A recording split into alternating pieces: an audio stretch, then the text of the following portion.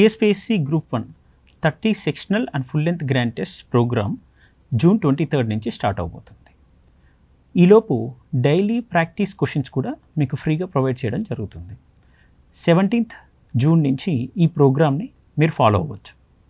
మీరు సెల్ఫ్గా ప్రాక్టీస్ చేస్తున్నట్టయితే ఈ 4 AM రెసిడెన్షియల్ మెంటర్షిప్లో భాగంగా ఇస్తున్న ఈ క్వశ్చన్స్ని మీరు డైలీ ఫ్రీగా ప్రాక్టీస్ చేసుకుంటూ తర్వాత మీరు గ్రాండ్ టెస్ట్ కండక్ట్ చేస్తున్నటువంటి టైంలో మన అశోక్ నగర్ లేదా ఆర్టీసీ ఎక్స్ రోడ్ క్యాంపస్కి వచ్చి ఎగ్జామ్ రాసి మెంటర్ ద్వారా ఫీడ్బ్యాక్ ఎవాల్యుయేషన్ తీసుకునే అవకాశం ఉంటుంది.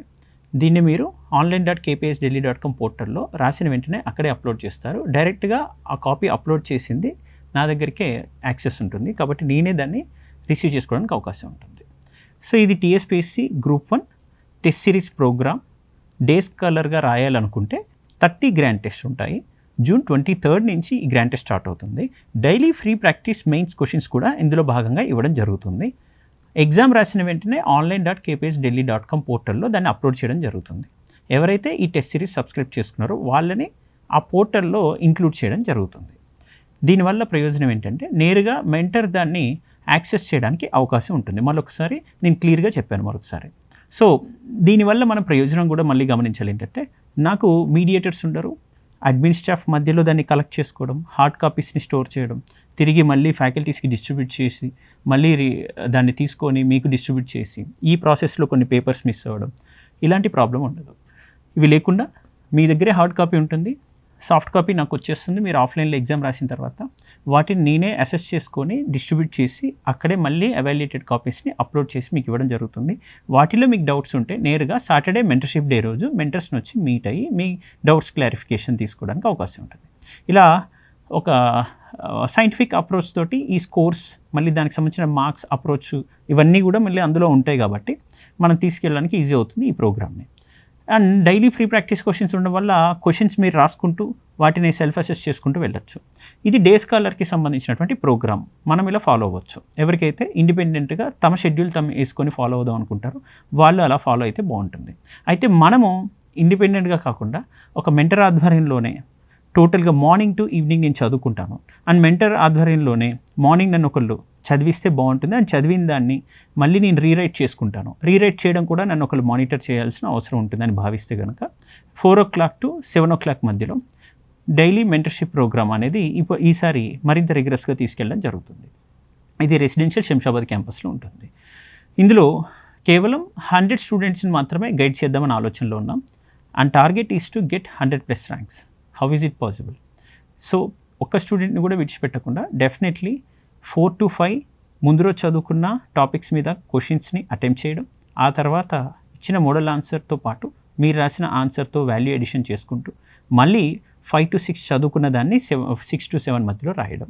ఈ మ్యారథాన్ని కన్సిస్టెంట్గా మీ చేత దగ్గరుండి లేపి చదివించి మనం 4 to 7 మధ్యలో చేయిస్తూ వెళ్తే ఒక 3 months పాటు కన్సిస్టెంట్గా ఇట్ ఈస్ పాసిబుల్.